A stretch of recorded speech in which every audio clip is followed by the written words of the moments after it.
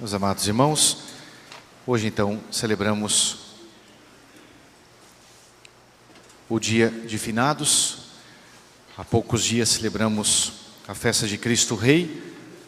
Ontem celebramos a festa da Igreja Triunfante e hoje a Igreja Padecente. É sempre bom nós rezarmos pelos falecidos, é uma obra de misericórdia espiritual. Nós temos duas obras de misericórdia referente aos falecidos, uma corporal e outra espiritual. A corporal é enterrar os mortos, sepultar os falecidos. Isso não significa que nós temos que sepultar literalmente, enterrar literalmente, né? O fato da gente ir a um velório já é uma obra de misericórdia, de cumprir essa obra de misericórdia que é velar, não é? Dar as condolências, os sentimentos, estar ali próximo da família enlutada.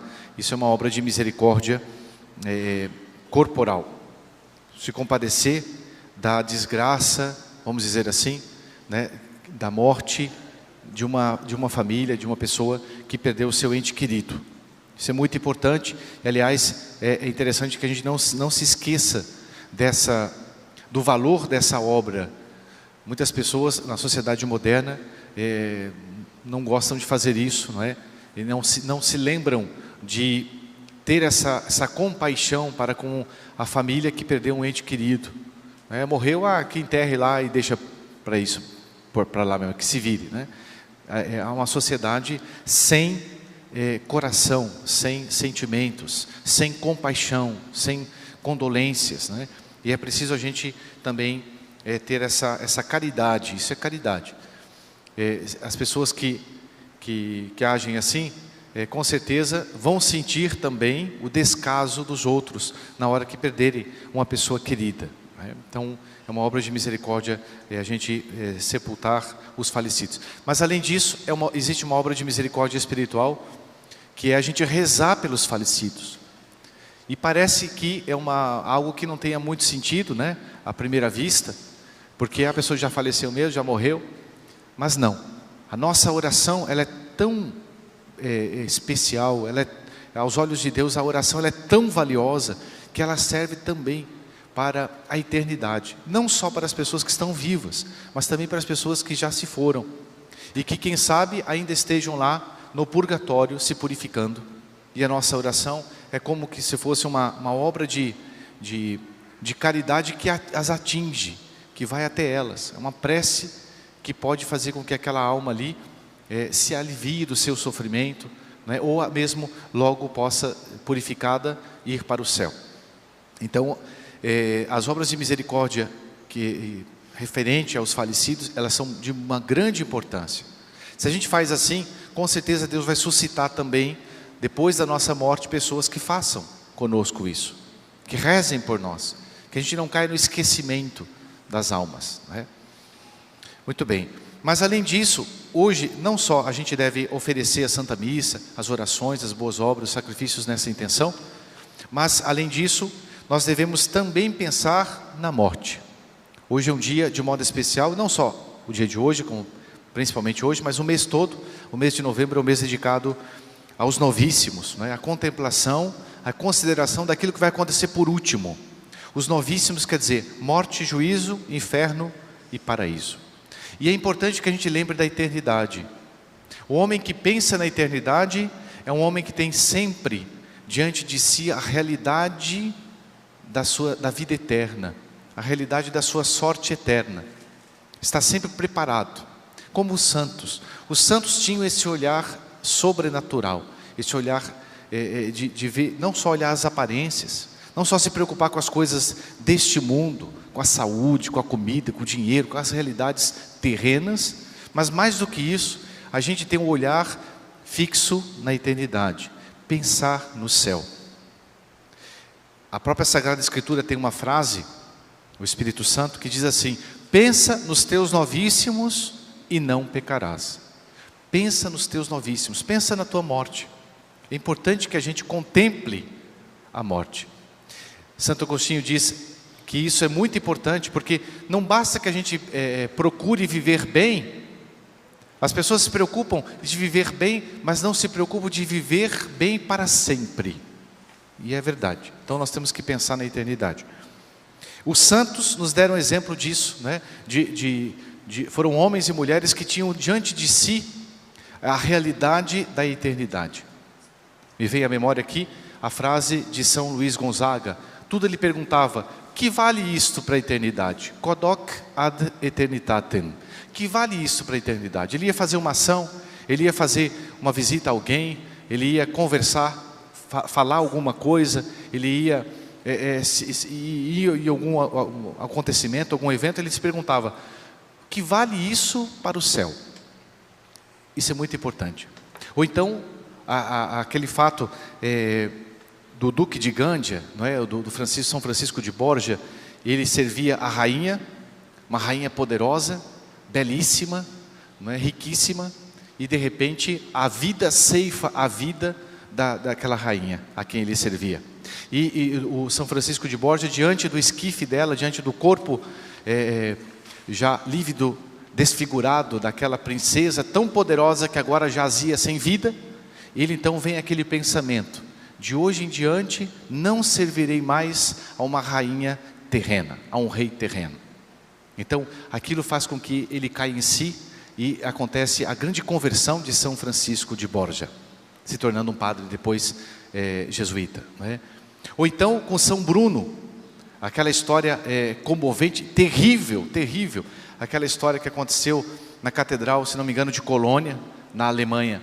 E lá estava um professor famoso que tinha acabado de falecer, um professor de renome, não é, mundial na época, e acabou de falecer, e trouxeram ali o corpo dele para o ofício dos mortos, para a oração, corpo presente, não é?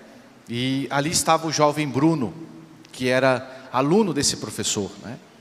E enquanto os padres capitulares rezavam o ofício divino pelo falecido, com o corpo presente, de repente, de uma maneira toda inesperada, escutam uma voz: fui sentenciado, estou condenado. Então aquela frase terrível, não é? Fez com que aquele jovem Bruno se tornasse o grande fundador dos padres cartuchos, dos monges. São os monges mais rigorosos que existem, não é?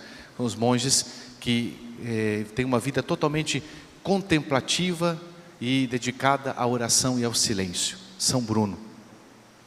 E, enfim, quantas e quantas passagens nós vemos na vida dos santos que, ao contemplarem a eternidade, eles pararam e pensaram no quanto vale a alma humana, não é? E o como também nós corremos o risco de perder-nos para sempre, de perder a nossa alma.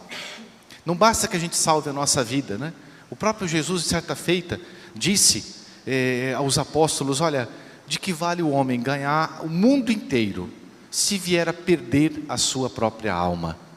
Como que dizendo para a gente: não adianta a gente ter glórias, honras, prazeres, status, bens, se a gente não salvar a nossa alma para a eternidade. Então, esse pensamento de olharmos para a morte como uma coisa muito certa, a coisa mais certa que existe é a morte, não é? Nós não sabemos quando será, mas nós sabemos que ela existe. E é importante que a gente tenha com muita realidade com muita sinceridade essa realidade tremenda da eternidade. Não para que a gente tenha medo de Deus. Interessante isso. Não porque Deus é mau, mas ao contrário, é porque a gente tem um sentido de responsabilidade, porque somos filhos de Deus. E Deus confiou tanto para a gente. Deus colocou nas nossas mãos a salvação da nossa alma.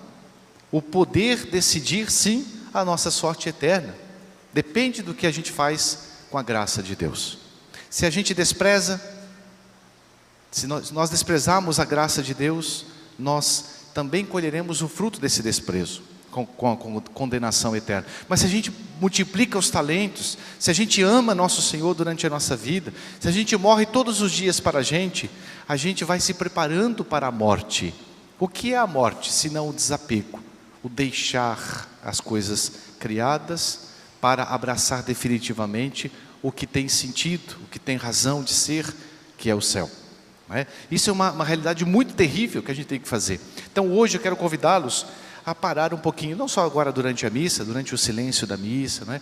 Mas durante o dia mesmo, que a gente guarde um recolhimento maior durante esse dia, para que a gente possa pensar um pouquinho mais na eternidade.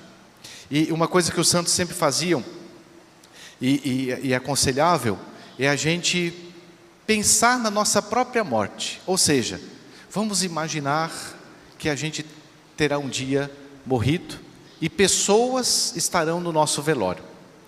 E ali aquelas pessoas, quase que pensando alto, vão falando: olha, fulano de tal fez isso, olha, fulano de tal fez aquilo, olha, fulano de tal, ele é conhecido porque ele agia assim.